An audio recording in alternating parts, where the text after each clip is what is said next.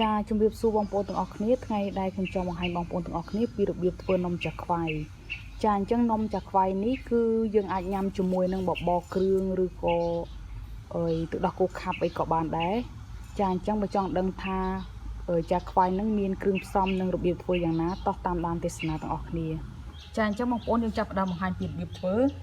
ចាអញ្ចឹងយើងមានទឹកដោះគោស្រស់របស់យើងនឹងចំនួន80មីលីលីត្រទេបងប្អូនចឹងយើងដាក់លីគ្នាជាមួយនឹងមេនំប៉័ងដែលគេហៅថាយីហ្នឹង3ក្រាមហ្នឹងយើងចាក់ចូលគ្នាជាមួយនឹងទឹកដោះគោមកចឹងយើងកូរវាឲ្យសព្វចូលគ្នាដើម្បីឲ្យវាឆាប់រលាយ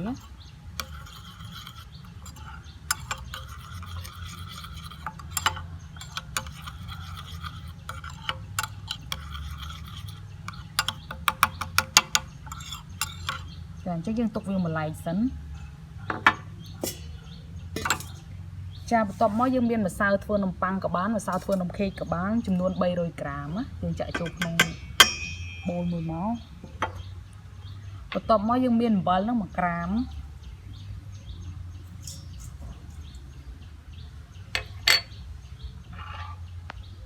ស្ករស20ក្រាមbaking powder ហ្នឹង2ក្រាមមកកញ្ចប់តូចហ្នឹងបងប្អូនអញ្ចឹងបងប្អូនអាចរកទិញបាននៅផ្សារយើងធម្មតាក៏មានដែរចំនួន2ក្រាម baking powder ឬក៏មេនំឡើងហ្នឹងយើងចាក់ចូលគ្នាទៀតមក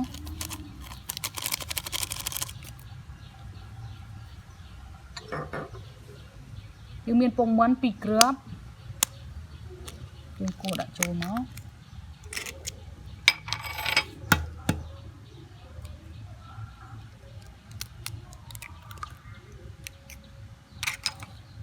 យើងមានប្រេងឆានឹងចំនួន30មីលីលីត្រទេបងប្អូនអញ្ចឹងយើងចាក់ចូលគ្នាដែរ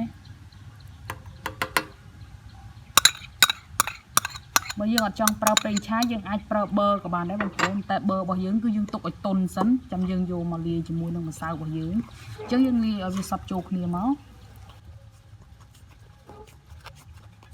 ចាបន្ទាប់មកយើងដាក់ទឹកដោះគោហើយនឹងមេនំប៉័ងដែលយើងបានដាក់ចូលគ្នាដំបូងនឹងចូលមក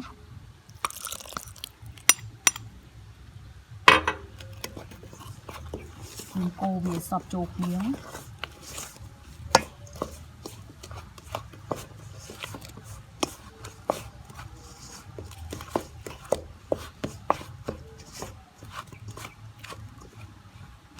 ចាអញ្ចឹងឃើញថាវាសព្វហើយយើងអាចប្រើដៃបាន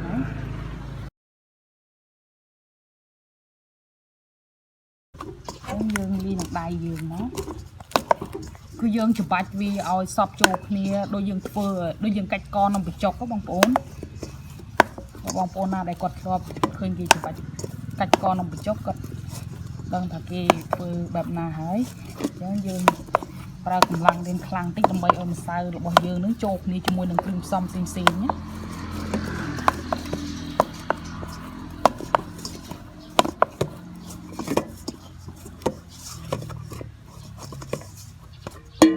បាច់លើតុកមក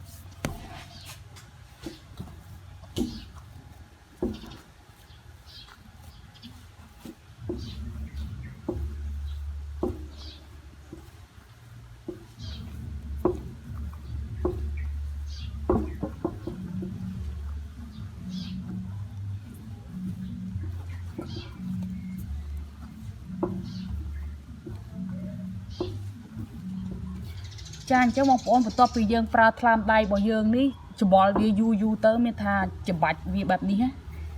យូរទៅសាច់របស់វានឹងរលោងបងប្អូនរលោងហើយសាច់របស់វាម៉ត់ពេលយើងយកដៃស្ទាបសាច់របស់វាអត់ក្រើមដូចពីដំបូងទេគឺវារលីស្ករចូលជាមួយនឹងម្សៅរបស់យើងអស់ហើយអញ្ចឹងធ្វើឲ្យសាច់របស់វាទន់ហើយវារលោងបងប្អូនចាអញ្ចឹងពេលដែលយើងធ្វើវាឲ្យរលោងអញ្ចឹងរួចហើយយើងចាប់ផ្ដើមផ្អាប់វាទុករយៈពេល1ម៉ោងសិនណាបងប្អូនចាអញ្ចឹងយើងយកប្រេងឆាក៏បានប៊ឺក៏បានយើងលាបជាមួយនឹងបាតបូលរបស់យើងហ្នឹង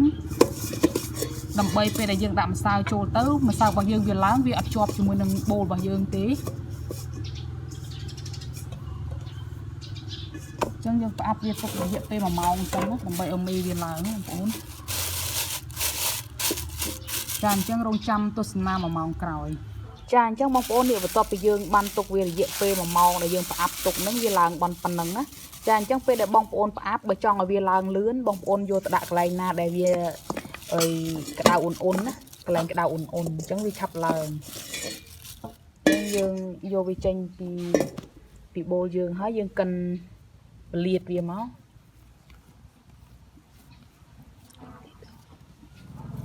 ចាអញ្ចឹងយើងកិនពលាតវាឲ្យសប៉ែតសិនមកដើម្បីយើងកាត់វា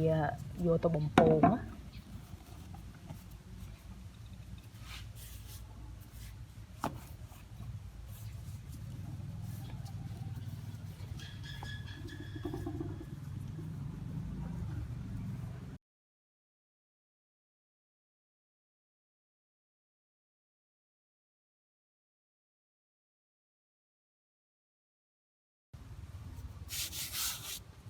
ចាអញ្ចឹងពេលយើងកិនយើងកុំឲ្យកិនក្រាស់ពេកស្ដើងពេកយើងមើលមកល្មមកម្រាស់របស់វា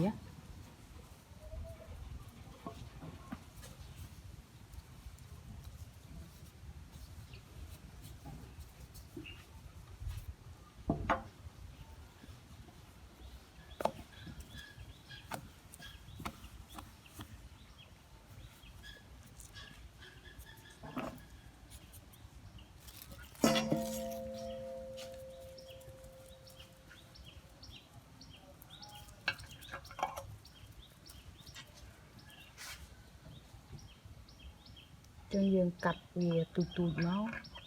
ចឹងពេលយើងកាត់គឺយើងកាត់វាឲ្យស្មើគ្នាមកដើម្បីពេលដែលចាស់ខ្វាយរបស់យើងចេញមកវាប៉ិនគ្នាស្អាតណា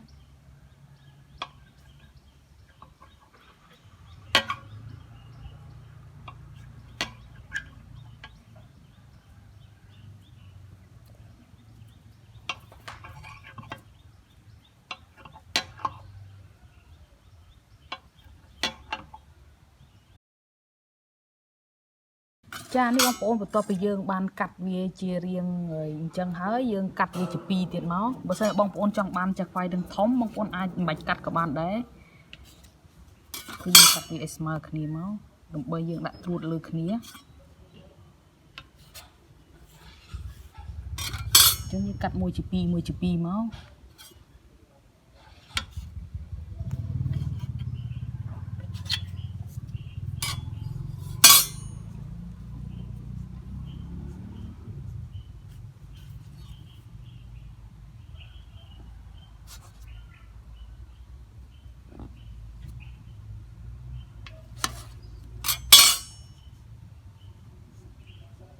ចឹងចាបន្ទាប់មកយើងមានទឹកធម្មតាយើងដាក់ចង្កឹះមួយមកដើម្បីដាក់ឲ្យវាត្រួតស៊ីគ្នាយើងដាក់ចង្កឹះក្នុងទឹកហើយយើងយកវាមកស្បេតលើនំរបស់យើងប៉ុន្តែយើងស្បេតឲ្យដល់ចុងនេះណាគឺយើងស្បេតតែពាក់កណ្ដាលបានហើយចឹងយើងដាក់ត្រួតលើគ្នាមកយើងសកត់បន្តិចមក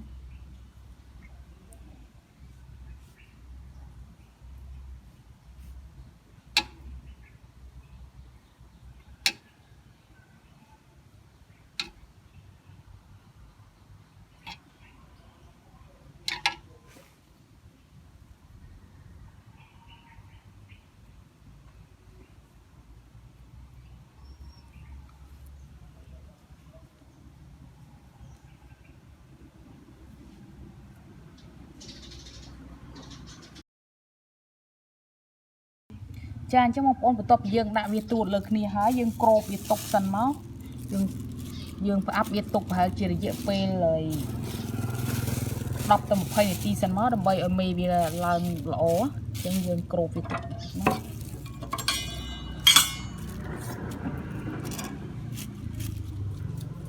ចាអញ្ចឹងបងប្អូននេះគឺជាខ្លាញ់ដែលយើងយកមកបំពងហើយចាក់ខ្វាយរបស់យើងណាអញ្ចឹងយើងដាក់ខ្ទះឲ្យក្តៅហើយយើងដាក់ខ្លាញ់ចូលអញ្ចឹងយើងសាករបងមើលថាខ្លាញ់របស់យើងក្តៅហើយនៅអញ្ចឹងយើងយកម្សៅបន្តិចដាក់ទៅចាអញ្ចឹងឃើញថាខ្លាញ់របស់យើងហ្នឹងវាក្តៅហើយតែវាក្តៅអត់ទាន់ដល់កម្រិតដែលយើងចង់បានទេគឺឲ្យវាតិចទៀតមក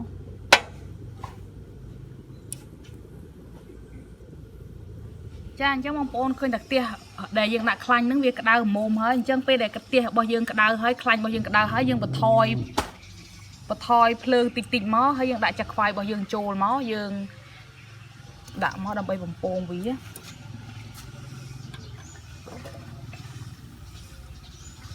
จังยังมีจิกะมวยดำใบปลายเวียจอกปลายเวียล่างดำใบไอเวียล่างหล่อบางคน